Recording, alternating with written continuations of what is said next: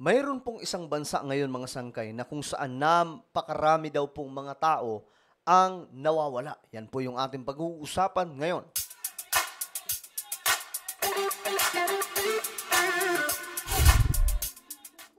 So hello, what's up mga sangkay? Ako muli ito nagbabalik dito sa ating channel, Sangkay Janjan. Kamusta po kayo? Mula sa Luzon, Visayas, Mindanao, Sabah at maging sa ating mga kababayan na nasa iba't ibang bansa. Shoutout din po sa lahat ng mga solid sangkay na lagi pong nanonood. At eto nga po mga sangkay, mahalaga po yung ating pag-uusapan na medyo nakakalungkot. No? Dahil nga po may nangyari na naman mga sangkay, isang bansa ngayon. Ang namomroblema dahil bukod sa maraming tao ang nadali, mga sangkay, sa isang kalamidad, marami daw din pong nawawala. So anong nangyari? Ito po ay ang bansang Nepal. Pag-usapan po natin yan mga sangkay dahil sunod-sunod po itong nagaganap ngayon sa ating mundo. No? Akala po natin sa bansa lang po natin, pero sa iba't ibang panig ng ating mundo, talagang malala ang nangyayari. Anyway, bago tayo patuloy, paki-subscribe po muna yung ating YouTube channel. Ayan po. 1.29 million subscribers na po tayo. Congratulations po sa ating lahat. Narating po natin ang 1.29 million subscribers, no? Hindi lang ako, kundi tayong lahat kasi binubuo po ito ng solid sangkay. Okay?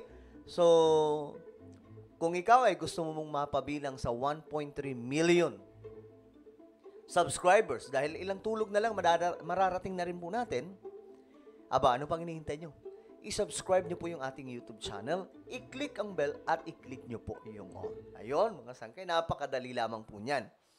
Sa mga nanonood sa Facebook, i-follow nyo po yung ating Facebook page. Ngayon, ito mga sangkay, very interesting. Kahit ako ay nagulat. Pero, nung nalaman ko ang dahilan mga sangkay, di na rin ako nagulat na nangyari ito. Dahil talagang ang climate change ngayon ay malala na. Ito po mga sangkay, ito po ay ang Nepal. 66 na tao, wala mga sangkay, sumakabilang buhay na. Dahil po sa kalamidad. Samantala, mayroon pong 70 plus, 79. Hindi ko alam kung sa oras na ito, nadagdagan pa. Pero sabi dito, marami daw pong tao ang hinahanap po yun, nawawala. Ano ang nangyari mga sangkay? Eto, panoorin po natin. Heavy rains in Nepal have led to massive flooding and landslides, killing at least about 66 people, with 79 others said to be missing in the last 24 hours. No more than 3,000 security personnel are assisting the rescue efforts. More than 3,000 ang nasa rescue operation. Sobrang dami mga sangkay. Kasi, dahil po sa masamang panahon. Ayan o, baha at paggalaw ng lupa. Ayan, mga sangkay. So, ito na po ang nangyayari ngayon. Kaya nga sabi po ng mga scientist, nabubuhay tayo sa panahon na kung saan delikado ang kalagayan ng ating planeta. Of course, may threat po tayo, dulot po nitong mga sigalot ng mga bansa na possible umabot sa digmaan. But this one is something very important na matutukan. Ito po yung climate change. Kasi dahil po sa climate change, yung kalamidad ngayon na nangyayari sa ating planeta, hindi na po basta-basta. So sa ating bansa, uulitin ko na naman ito, tigilan na po natin ang sisihan kapag mayroong kalamidad. Ang kailangan po natin magtulungan. Kasi ang gobyerno, hindi naman sila nagkikreate ng malalakas na bagyo. Climate change. Ang mga bagyo ngayon ay unpredictable na. Delikado na, mga sangkay. That's why, itong nangyari po doon sa Nepal ay hindi na po nakapagtataka, mga sangkay. Pero, nakakalungkot. In Kathmandu, the Bagmati River is overflowing, submerging the surrounding areas. The report suggests that 236 houses are flooded and several others are at risk. Grabe, The flooding has claimed multiple fatalities in the valley. The domestic flights have been cancelled, affecting nearly about 150 departures. Grabe. Yan po ha. Napakarami po ngayon ang nagtutulong-tulong doon. Para lamang po maisalba pa ang iba. What should we do now? This calamity has happened everywhere and not just to us. Sabi niya dito, anong gagawin natin? Itong mga kalamidad ay nangyayari kahit saan at hindi lamang sa kanila. Di ba? Buti pa sa kanila mga sangkay, naiintindihan nila.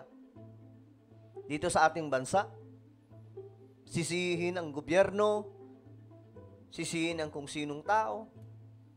But what we don't know, or what we don't even realize, na may climate change, na ito po yung driver ng lahat ng ito. Kita nyo, tapos na tayo, di ba? Yung ibang mga bansa naman. Pero, wala pa po yun mga sangkay. Natapos pa lamang po tayo sa pinaka-intro. Marami pa pong paparating. Kaya ipanalangin po natin ang ating bansa. It is a big thing for us that our lives have been saved. Tingnan nyo kung gaano kalala. Ayan Tingnan nyo yan. Kalsada yan mga sangkay, pero naging maladagat na. Multiple Grabe. landslides have triggered the blockage of roads and highways across the country, and according to officials, over 65 highways and major roads in 28 locations are obstructed. Napakaraming mga kakalsadahan mga sangkay ay nasira dahil po dito. So tayo, may babala po yung mga eksperto, mga sangkay, na mag-ingat po, mag-ready na kasi may El Nino. Bukod sa El Nino, mga sangkay, mayroon pang climate change. So asahan nyo na yung malalang pwedeng mangyari. But we have to be ready. Okay, we have to be ready. Kasi kapag hindi ready tayo, mabubulaga talaga tayo. Tingnan nyo to mga sangkay, itong mga nangyayari sa iba't ibang mga bansa. Gawin na lamang po natin silang halimbawa na kailangan po natin maghanda dito sa Pilipinas. Dahil kung hindi, pare-parehas po tayong pupulutin sa kangkungan. The risk of landslides has increased in 42 districts due to heavy rains, and this has left hundreds of travelers completely stranded. And according to reports, Grabe, no? Dati, napapanood lamang po natin ito sa mga science fiction movies.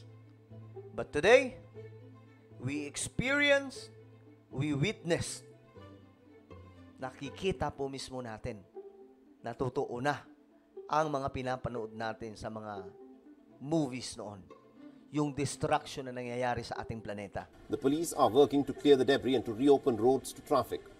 The torrential rains that began on Friday in most central and eastern areas of Nepal are expected to continue till Sunday.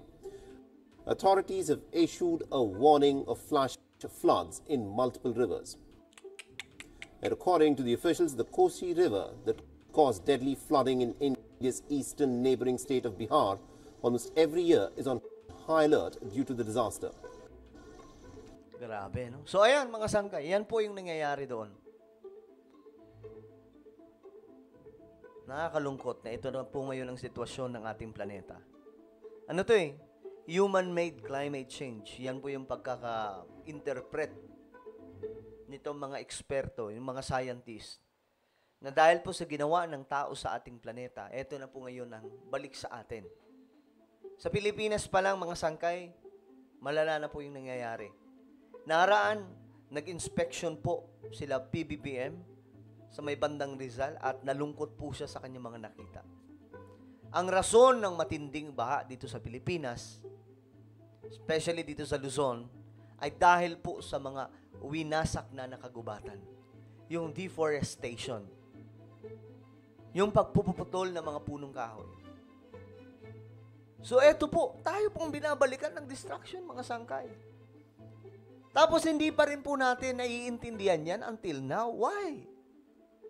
Yung basura natin, saan nyo itinatapon? Sa kalye.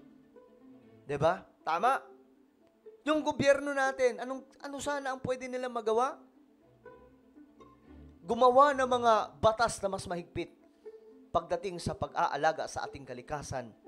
Lalong-lalo na po itong waste management, yung basura natin. Kung kinakailangan magmulta ng 1 milyon para lang wala nang magtapon ng basura sa kalye, sana gawin na. Ito yung mga sangkay, yung effect, mga sangkay neto, malala. At hindi lang po ito sa Nepal. Buong mundo, damay-damay po ito. Walang mahirap, walang mayamang bansa dito.